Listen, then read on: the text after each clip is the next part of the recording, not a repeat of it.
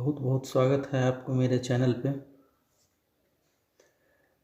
आज मैं आप लोगों के लिए लाया हूँ सेल चैप्टर से, कोशिका से बहुत ही इम्पोर्टेंट 50 क्वेश्चन का सीरीज है ये, फर्स्ट पार्ट। तो आइए देखते हैं। अगर आप चैनल पे नए हैं तो कृपया चैनल को सब्सक्राइब कर लें। तो शुरू करते हैं। कोशिका के वैज्ञानिक अध्ययन को क्या कहा जाता है? साइटोलॉजी। सी। मानव शरीर में कोशिकाओं की खोज किसने की थी? Robert Hooke. डी। ब्रिटिश वैज्ञानिक ने कोशिका की खोज कब की? आंसर होगा 1665। बी। क्वेश्चन नंबर 4 है, निम्नलिखित में से कौन सी सबसे बड़ी कोशिका है? इसका आंसर होगा शुतुरमुर्ग का अंडा। डी। क्वेश्चन नंबर 5 है, कोशिका सिद्धांत का प्रस्ताव देने वाले वैज्ञानिक का नाम बताइए। तो कोशिका सिद्धांत का प्रस्ताव देने वाले वैज्ञानिक का नाम था एमजे शिल्डन और थियोडोर स्वॉन। इसको आप शॉर्ट में शिल्डन और स्वॉन भी लिखा हुआ मिल जाएगा, तो बी हो जाएगा आंसर। क्वेश्चन नंबर 6, निम्नलिखित में से कौन सा जीव कोशिका के सिद्धांत के अनुरूप नहीं है? कहने का मतलब इसमें से कौन सा है जो कोशिका सिद्धांत का पालन नहीं करता है? तो इसका आंसर हो जाएगा वायरस। सी।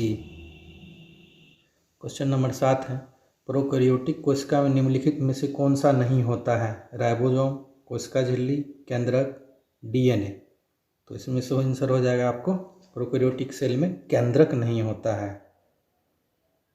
सी। क्वेश्चन नंबर 8, प्रोकैरियोटिक कोशिका निम्नलिखित में से किस प्राणी में पाई जाती है? एनिमिलिया, कवक, प्रोटिस्टा, मोंडरा। तो इसका आंसर हो जाएगा आपको मोंडरा। डी।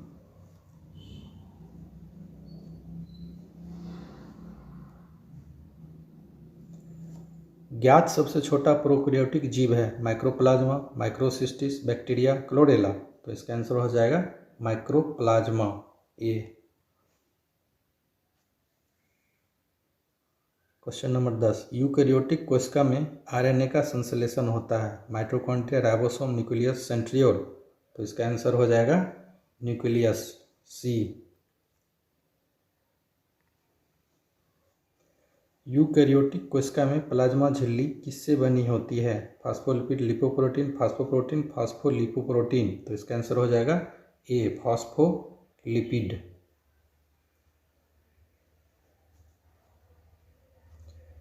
क्वेश्चन नंबर 12, कोशिका झिल्ली की प्रवृत्ति क्या है? पारगम, अर्धपारगम, स्वतंत्र पारगम या गैर पारगम? कोशिका झिल्ली की प्रवृत्ति अर्धपारगम, सेमी परमिएबल होता है। Answer B.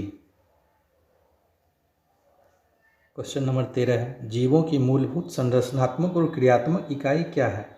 उत्तक, कोशिका, अंगतंत्र या अंग? तो जीवों की मूलभूत संरचनात्मक क्रियात्मक इकाई को कोशिका कहते हैं। तो आंसर हो जाएगा आपको बी। कोशिका विज्ञान के जनक कहे जाते हैं? A, Robert Koch, B, Robert Hooke, C, Robert Brown या डी, लेमार्क। तो कोशिका विज्ञान के जनक रॉबर्ट हुक को बोला जाता है। बी।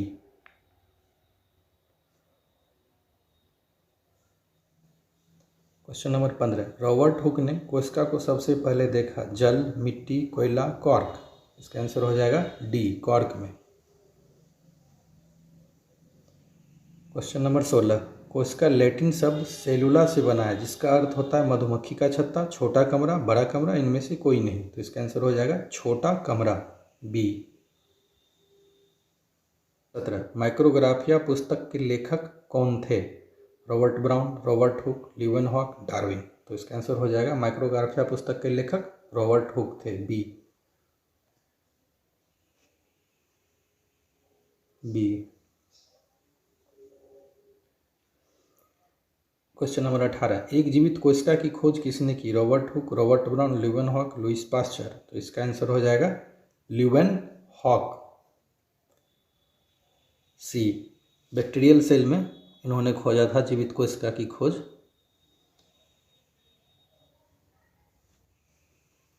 क्वेश्चन नंबर 19, कोशिका सिद्धांत किसने दिया?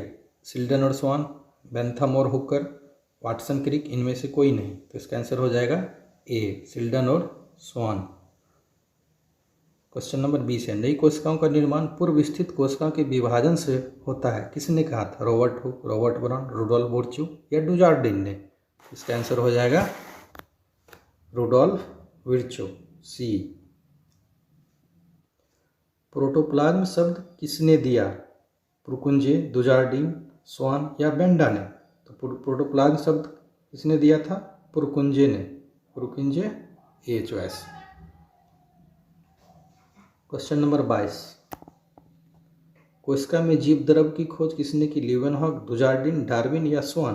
तो कोशिका में जीव द्रव की खोज डुजार्डिन ने किया, बी हो जाएगा आंसर। क्वेश्चन नंबर 23, कोशिका में राइबोसोम की अनुपस्थिति में कौन सा कार्य संपादित नहीं होगा? श्वसन, प्रोटीन संश्लेषण, उत्सर्जन या कार्बोहाइड्रेट संश्लेषण? तो इसका आंसर हो जाएगा, बिना राइबोसोम के अनुपस्थित रहेगा तो प्रोटीन संश्लेषण नहीं होगा, आंसर बी।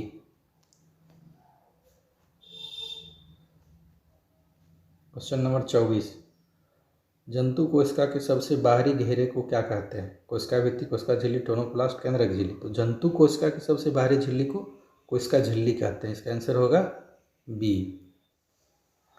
क्वेश्चन नंबर 25 है, वैसे जीव को जिनमें केंद्रक झिल्ली नहीं पाई जाती है कहते हैं अगुणित जीव, द्विगुणित जीव, यूकैरियोट्स या प्रोकैरियोट्स? तो इसका आंसर हो जाएगा, जिसमें केंद्रक झिल्ली नहीं पाई जाती उसे कहते हैं प्रोकैरियोट्स, डी आंसर।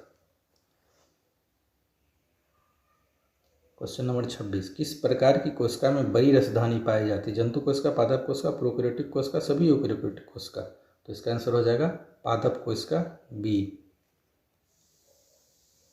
जीन बने होते हैं डीएनए के खंड से, लाइसोसोम से, माइटोकॉन्ड्रिया एवं रसधानी से, क्रोमेटिन धागों से? तो जीन बने होते हैं डीएनए के खंड से, आंसर हो जाएगा ए नंबर।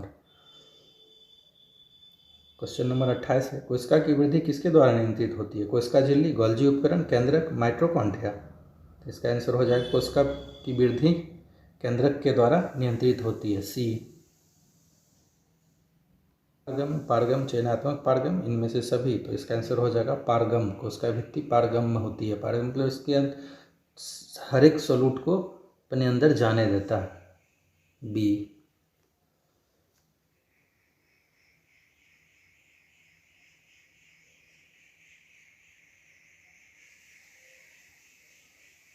क्वेश्चन नंबर 30, कोशिका द्रव में पाए जाने वाले अनियमित नलिकाओं के जाल को कहते हैं लवक, गोल्जी उपकरण, अंतःप्रद्रवी जालिका या ग्राना? तो इसका आंसर हो जाएगा अंतःप्रद्रवी जालिका, सी। क्वेश्चन नंबर 30 का सी। रंगीन प्लास्टिड को कहते हैं ल्यूकोप्लास्ट, क्लोरोप्लास्ट, क्रोमोप्लास्ट, इनमें से कोई नहीं? तो इसका आंसर हो जाएगा, रंगीन प्लास्टिड को क्रोमोप्लास्ट कहते हैं, आंसर हो जाएगा सी नंबर। देखिए इसमें ल्यूकोप्लास्ट जहाँ रहेगा इसका मतलब होता है अवर्णी लवक, जिसमें रंग की चर्चा नहीं होगी, कोई रंग नहीं, रंगहीन। क्लोरोप्लास्ट हो गया ग्रीन, क्रोमा मतलब होता है रंगीन, कहीं भी क्रोमा रहे तो इसका मतलब रंगीन से ही संबंधित है ये।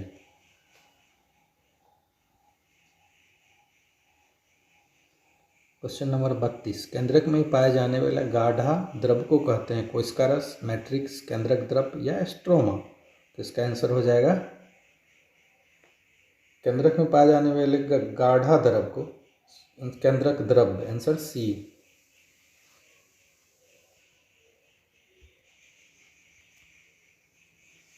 क्वेश्चन नंबर 33, इनमें कौन चयनात्मक पारगम्य झिल्ली है? मतलब सेलेक्टिव परमेबल मेम्ब्रेन? केंद्रक झिल्ली, कोशिका झिल्ली, टोनोप्लास्ट, अंतःप्रद्रवी जालिका? तो इसका आंसर हो जाएगा कोशिका झिल्ली, बी।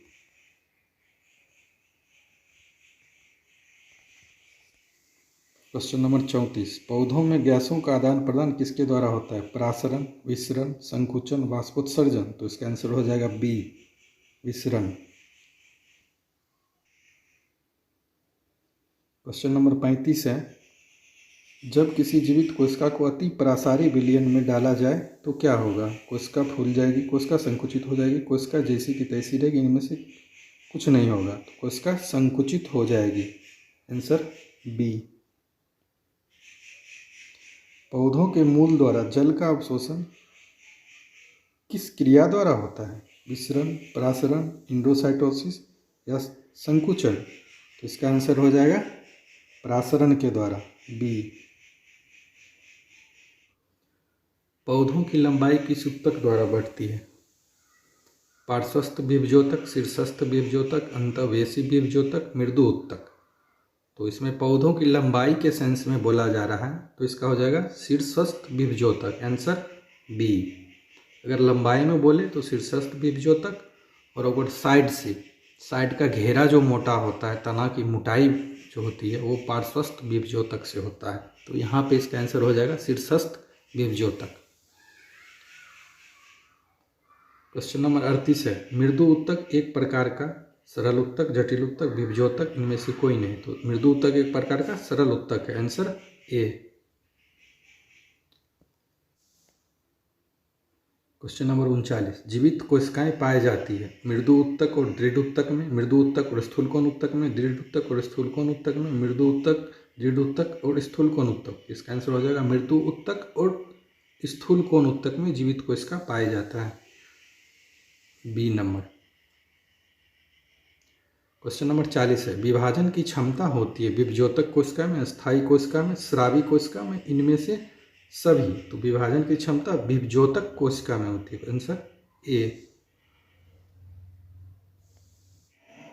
क्वेश्चन नंबर 41 है, किन कोशिकाओं की भित्ति लिग्निन के कारण मोटी हो जाती है? मृदु ऊतक, स्थूलकोण ऊतक, दृढ़ ऊतक, विभजोतक। तो इसका आंसर हो जाएगा दृढ़ ऊतक, सी। क्वेश्चन नंबर 42 है, गैसों का विनिमय किसके द्वारा संपन्न होता है? क्यूटिन, स्टोमाटा, संवहन ऊतक या जटिल ऊतक द्वारा। तो इसका आंसर हो जाएगा बी, स्टोमाटा। क्वेश्चन नंबर 43 है, सुवेरिन नामक कार्बनिक पदार्थ जमा होता है मृदु ऊतक में, स्थूलकोण ऊतक में, दृढ़ ऊतक में, कॉर्क कोशिका में। तो इसका आंसर हो जाएगा कॉर्क कोशिका में, आंसर डी।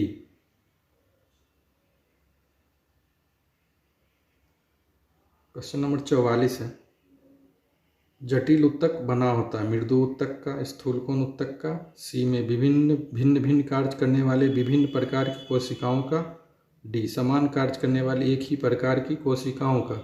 इसका आंसर हो जाएगा भिन्न भिन्न कार्य करने वाले विभिन्न प्रकार की कोशिकाओं का, सी।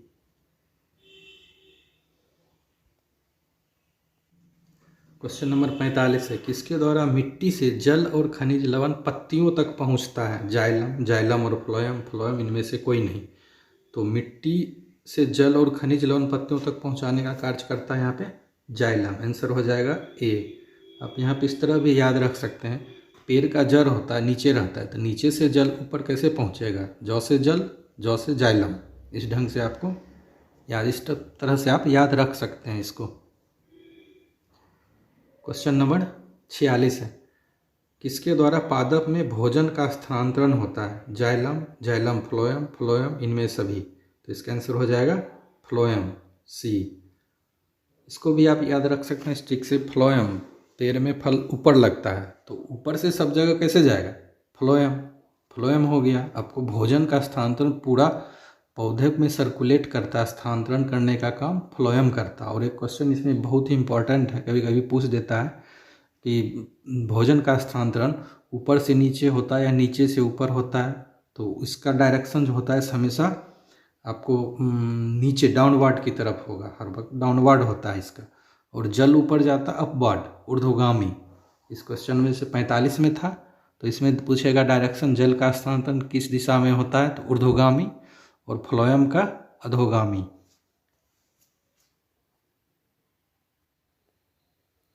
क्वेश्चन नंबर 47, चालनी नलिका बनाने में भाग लेता है दृढ़ ऊतक, स्थूलकोण ऊतक, जाइलम, फ्लोएम। तो चालनी नलिका बनाने में आपको भाग लेता है कौन सा? Phloem, D. क्वेश्चन नंबर 48, सहकोशिकाएं पाई जाती है फ्लोएम, जाइलम, मृदु ऊतक या दृढ़ ऊतक। तो सहकोशिकाएं किस में पाया जाता है? फ्लोएम में, आंसर हो जाएगा ए। क्वेश्चन नंबर 49, केंद्रक अनुपस्थित होता है सहकोशिका में, फ्लोएम पैरेन्काइमा में, वयस्क चालिनी नलिका में या स्थूलकोण ऊतक में। तो इसका आंसर हो जाएगा सी, वयस्क चालिनी नलिका में केंद्रक अनुपस्थित रहता है, आंसर सी।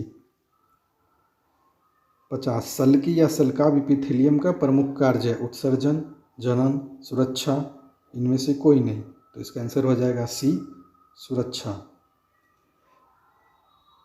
वीडियो देखने के लिए धन्यवाद। चैनल को लाइक शेयर सब्सक्राइब कर लें।